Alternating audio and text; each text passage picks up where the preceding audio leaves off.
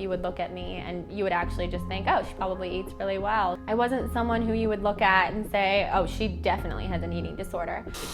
My name's Jordan Younger. I have a blog called The Balanced Blonde, which used to be The Blonde Vegan. It can make you feel very powerful because you feel like you're doing all these really great things for the earth and for your body and for the animals, which is absolutely true. But it does give you this feeling, no matter what, of I'm a little bit better than you. I took it to such an extreme. It was really all I did was shop for my food, plan what I was going to eat, prepare my food, photograph my food, make my food, eat my food, and then freak out about eating it. All this different stuff that would just drive me mental. And I've had these major OCD tendencies. I've always been that way. I was pretty much living from vegetable juice to vegetable juice. My hair was falling out, my skin was terrible. It was causing me social anxiety. I stopped menstruating for 6 months. I was moving to such an extreme way of life that I was really hard to be around. I was really hard to relate to. It made it hard for me to relate to other people. I felt misunderstood all the time. I was up really late researching online. Does anyone feel the way that I do? I ended up learning just through Google about orthorexia. It sounded exactly like me. You become obsessed with pure, healthy, clean foods from the earth and then develop a fear or avoidance of foods that you think might be harmful or damaging to your body.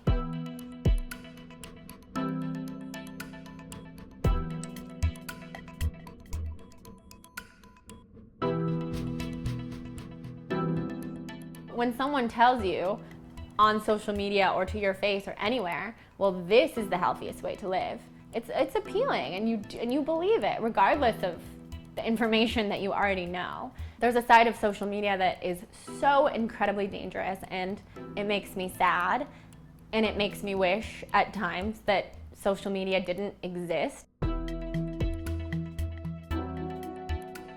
All the reasons why people should do juice cleanses. Increases energy. I put that on my blog for some reason. I actually disagree with that at this point because I was always very low energy when I wasn't eating solid food. Yeah, it's definitely hard to look through some of this stuff. That was day 8 of a 30-day juice cleanse. Don't know why I thought that was a good picture.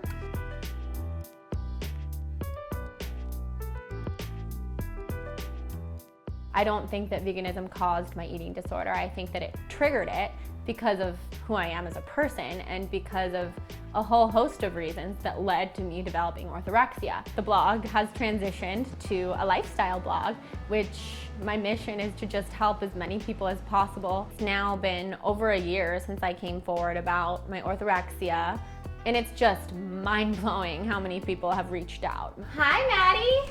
How are you? Good, how are you?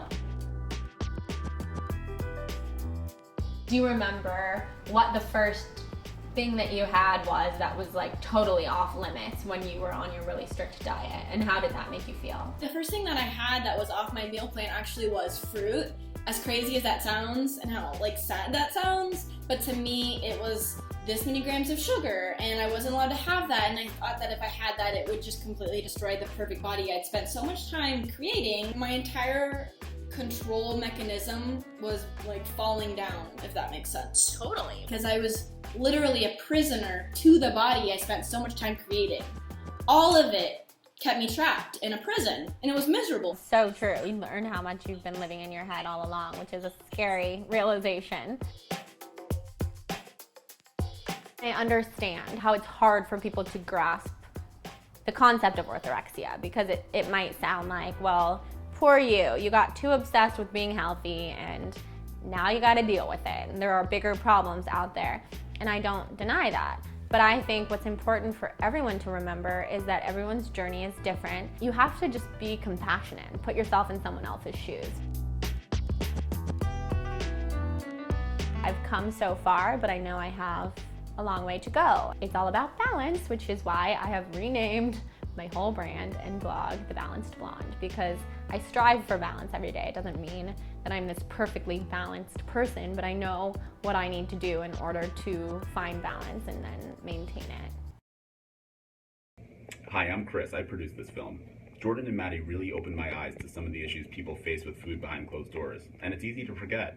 Social media can have a serious impact on people's lives, both good and bad. Do you relate to the story?